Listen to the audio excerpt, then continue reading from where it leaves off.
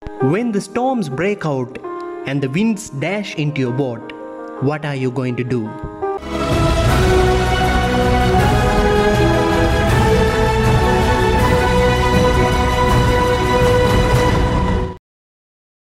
Imagine that you are a small child in the middle of the sea.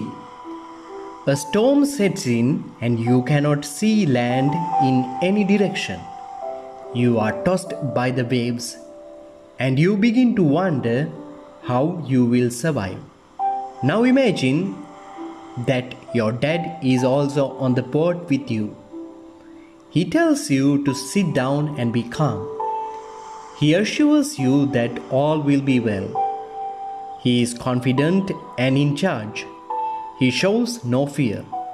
The confidence of your father calms you. You begin to trust that he will keep you safe. This is the image of our lives today. When we face the storms of life, we realize that we are just children in the midst of the stormy sea, and we are in need of our merciful Lord. In today's gospel we hear the famous story of Jesus calming the storm. The lake of Gennesaret is 300 meters below the sea level and surrounded by high hills. Therefore, sudden storms were frequent. It was the evening and there were experienced fishermen among Jesus' disciples. Their experience told that it is not a good idea to cross the lake at that hour. But they obeyed their master and got into the boat. Now, as Jesus takes his disciples across the lake, suddenly a storm breaks out. Huge waves begin to dash into the boat. At this moment, what is Jesus doing? He is taking a nap at the back of the boat. So, disciples were worried. They were afraid. At the last moment, they awakened their master and cried to him, "Lord, save us, we are perishing."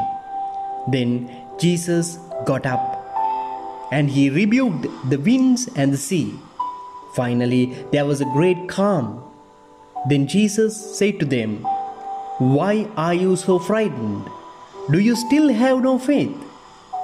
What does this mean to us? Jesus said, "Quiet now, be still."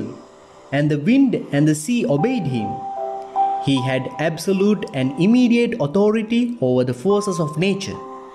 In this story, the disciples were focused on what was happening around them, the tossing of the sea and the rumbling of the winds. They imagined the imminent disaster.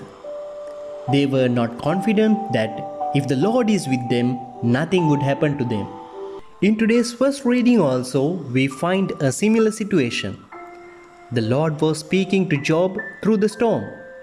God said, "Who shut the sea behind closed doors when it burst forth from the womb?" God the Almighty says that He is in complete control of the nature.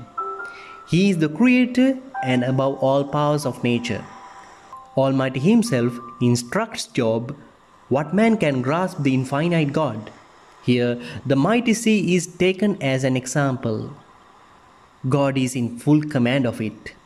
So, how can Job understand the ways of the Almighty? In our own lives today, we are living amid storms of life. Lord knows the turmoils that we face in our lives, and He wants to bring serenity and tranquility into our lives. On one hand, we are battered by continuous spread of coronavirus. On the other hand, it has stopped our jobs, businesses and studies. Amidst all these, there are natural disasters like floods and landslides. Moreover, the cost of living is also increasing rapidly.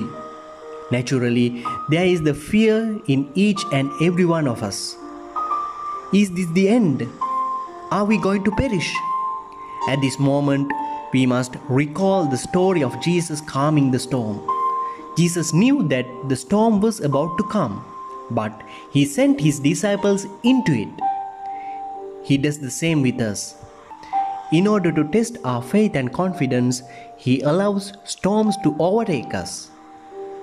It is easy to get discouraged in life.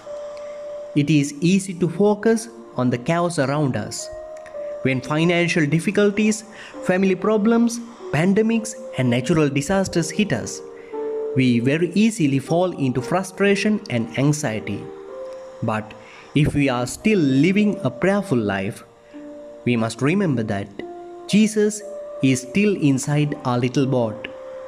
Even though He is silent, He is with us. Once we begin to trust and rely on Him completely, He will rise up as a mighty champion, and Christ will conquer the storm. So let's pray to the Lord. Whatever challenge may come in my way, I trust in You. I know You are always there for me, and You will never give me more than I can handle. Jesus, I do trust in You. Amen.